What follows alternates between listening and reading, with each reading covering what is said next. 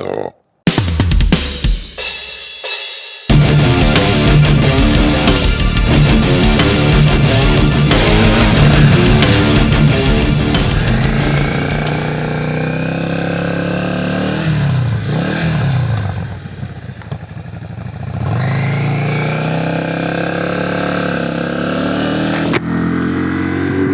hello everybody, welcome back to the channel.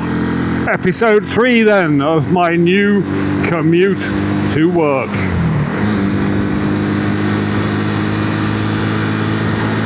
We're heading now for Gosforth, which is where we turn inland through the mountains to work.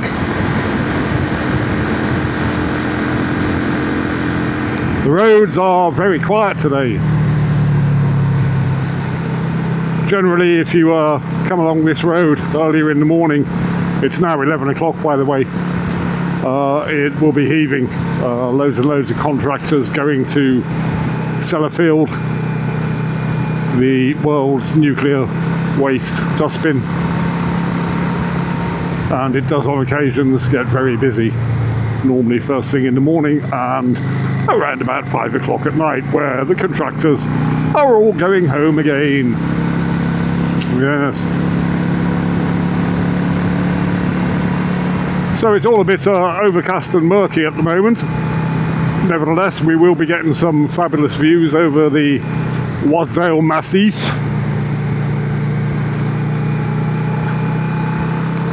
And we have some delightful stretches of road to ride.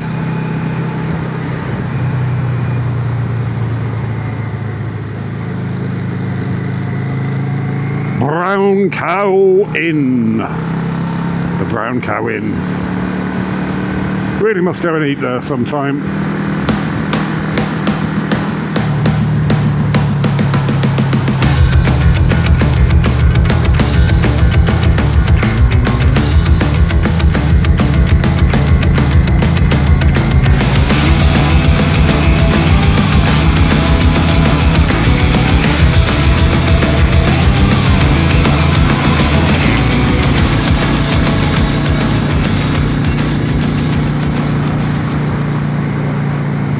I've just noticed there's a pile of bird shit on my wing mirror there. That's an act of war, that is. I'm not very happy with the avian population at the moment. In fact, yesterday morning I pulled up in the car park at Tesco and there was a juvenile seagull strutting around like it owned the place. And the damn thing actually tried to peck me on the leg. Very stupid. You don't come along as a juvenile seagull and attempt to peck the leg of a kung fu master. Well, not if you're a bright juvenile seagull anyway. Needless to say, that seagull was dispatched with a firm front kick. Very aggressive it was, very aggressive.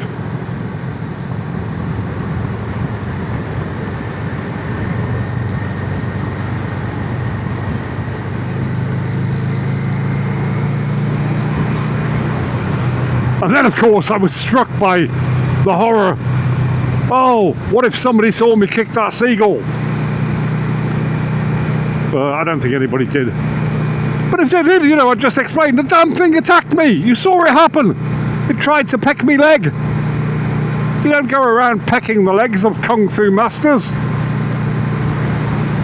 Absolutely ludicrous. Ludicrous. Preposterous.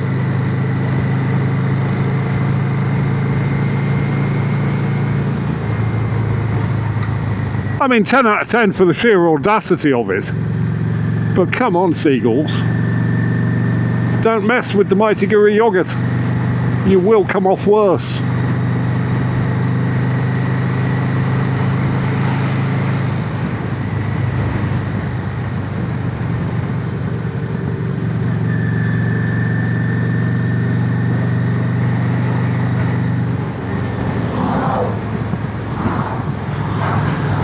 Oh, now anyway, in this episode I have another little story to relate. Yes. So a couple of weeks ago,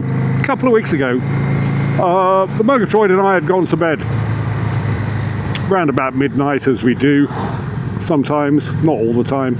We are old. Sometimes we go to bed at 9 o'clock. We went to bed at 9 o'clock last night. Oh my me, I had a fabulous night's sleep. Oh, there's Scarfell Pike, look up there. Yes. There's still a little bit of snow up there. We did have a big dump of snow quite recently. That's what made the road down the valley all icy. Yes. Anyway, I was saying, Saturday night, a couple of weeks ago, we'd gone to bed about midnight. I decided I was riding to work the following day because it looked as though it was going to be sunny and dry. But cold. So I plugged in the battery for my Kais heated gloves, which you'll notice I'm not wearing today. You'll understand why in a minute. Yes. And so we went to bed, we dropped off to sleep, as old people do sometimes. And at 3:30 in the morning, the fire alarm was going off. Well, the Murgatroyd ran downstairs to see what was happening. I started getting into my pyjamas and my dressing gown to follow her down.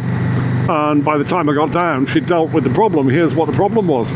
The battery that I'd been charging had decided to catch itself on fire.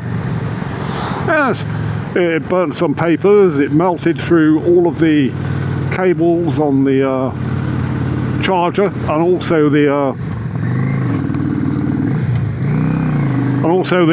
wires that I plug it into the battery in my jacket and then out to the gloves, they got melted too. Oh goodness me, well it could have been so much worse if the fire alarm hadn't gone off. Would have been burnt to death in a house fire. Yes, we would. Burnt to death in a house fire. Terrifying.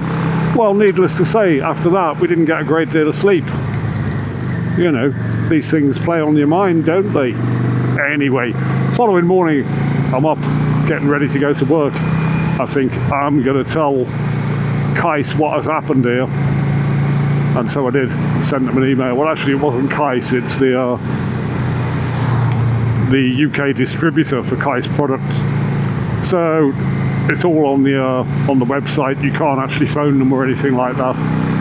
So I sent them an email explaining what happened. I'm like, ooh, what are you going to do about this then? Well, I've had a number of phone calls with the general manager of Moto House, which is the company that distributes Kais in the UK, and they've agreed that there is a problem. They need to know what it is, so I've sent them the damaged battery, the damaged cables, and the battery that didn't get damaged as well. Anyway, so the general manager of Moto House, personable bloke called Nathan, has agreed that by way of compensation they're going to send me the wiring system so I can plug all of my electrical heated clothing into the battery on the motorcycle, and they are also, by way of recompense, giving me a heated jacket as well. So that seems like a decent resolution to me. I am interested to find out what the problem was with the battery. I've done a good deal of research and I cannot find a single example of this having happened before. There is no reference to Kais batteries catching on fire anywhere on the internet, and indeed Nathan at Moto House has assured me that this is the first time this has ever happened. Yes. Well, it would happen to me, wouldn't it? Motherfucker.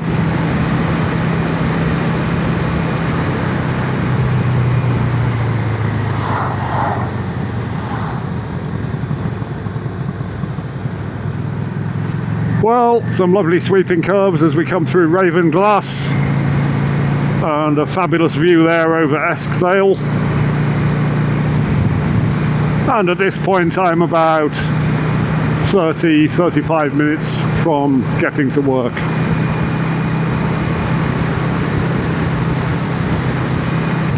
Well, in a short while we'll be arriving in a little place called Holmrook,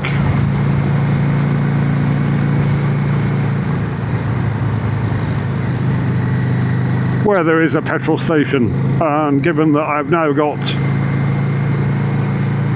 56 miles on my odometer thingy, that's what it's called, you know, my mileage trip counter thing, given that the range of this motorcycle is about 150, and given that my policy is to fill up the tank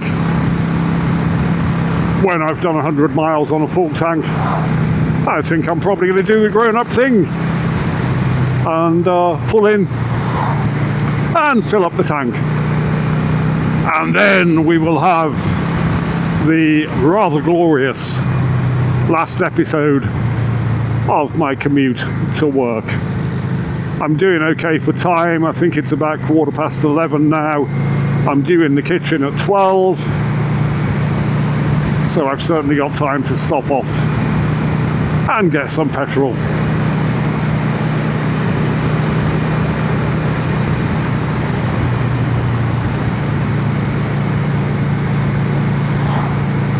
Thank you all for watching, and as we get to the petrol station, I'll bid you farewell. Thank you for watching, and we will see you in the next one.